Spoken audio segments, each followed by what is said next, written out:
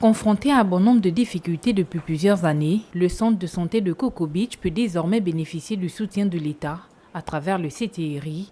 Les nouvelles autorités ne voulant mettre de côté aucune région du pays.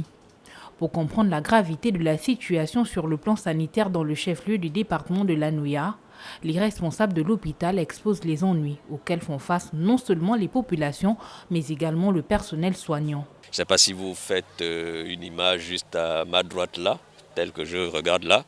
C'est des entités que le personnel travaillant, le personnel soignant de la structure occupe pour y vivre. Là en ce moment je n'ai que 2 sages-femmes et c'est difficile pour elles de travailler. Ce geste du chef de l'État gabonais survient à point nommé puisque cette ambulance va permettre l'évacuation immédiate des patients dans le besoin. Un grand soulagement pour les populations. Nous avons vécu ici des scènes assez particulières, assez pénibles à vivre, derrière lesquelles il fallait régulièrement transporter des malades sur Libreville. Mais ça se passait vraiment dans des conditions pénibles.